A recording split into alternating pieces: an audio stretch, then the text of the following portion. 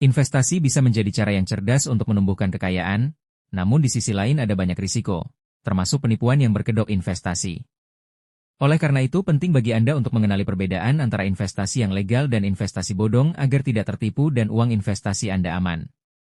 Salah satu titik awal yang paling mendasar adalah mengecek legalitas perusahaan atau produk investasi yang ditawarkan. Di Indonesia, lembaga yang berwenang adalah Otoritas Jasa Keuangan, OJK. Jika Anda menemukan perusahaan yang menawarkan investasi namun tidak memiliki izin atau tidak terdaftar di OJK, maka itu sudah menjadi sinyal bahaya. Selanjutnya, perhatikan janji keuntungan yang diberikan.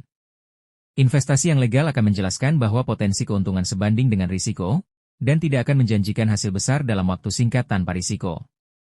Sebaliknya, salah satu tanda investasi bodong adalah tawaran keuntungan sangat tinggi dalam waktu singkat, dan klaim tanpa risiko. Selain itu, transparansi informasi menjadi hal penting. Investasi legal akan menyediakan informasi jelas tentang produk, mekanisme investasi, pengelolaan dana, serta cara pencairan dana.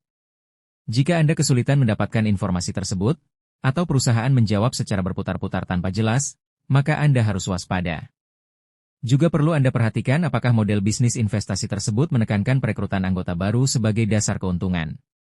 Skema seperti itu seringkali merupakan skema piramida atau Ponzi, yang bukan investasi sesungguhnya tetapi mengambil dana dari orang baru untuk membayar orang lama. Model seperti ini tidak berkelanjutan dan sangat berisiko Anda menjadi korban. Berikut 10 poin praktis dan mudah diterapkan untuk membantu Anda terhindar dari investasi bodong. 1. Selalu cek izin OJK sebelum bergabung. Pastikan perusahaan, produk, dan pengurusnya terdaftar di Otoritas Jasa Keuangan. Jika tidak ada dalam daftar OJK, segera hindari. 2. Waspadai janji keuntungan tinggi dalam waktu singkat. Jika sebuah investasi menawarkan imbal hasil jauh di atas rata-rata pasar, apalagi tanpa risiko, itu adalah tanda bahaya.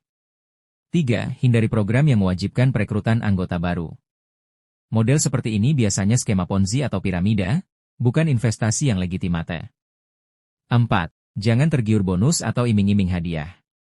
Penipu sering menggunakan hadiah mobil, gadget, dan komisi besar untuk menarik peserta.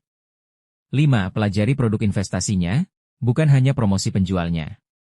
Banyak penipuan memakai istilah finansial agar terlihat meyakinkan, padahal produknya tidak jelas.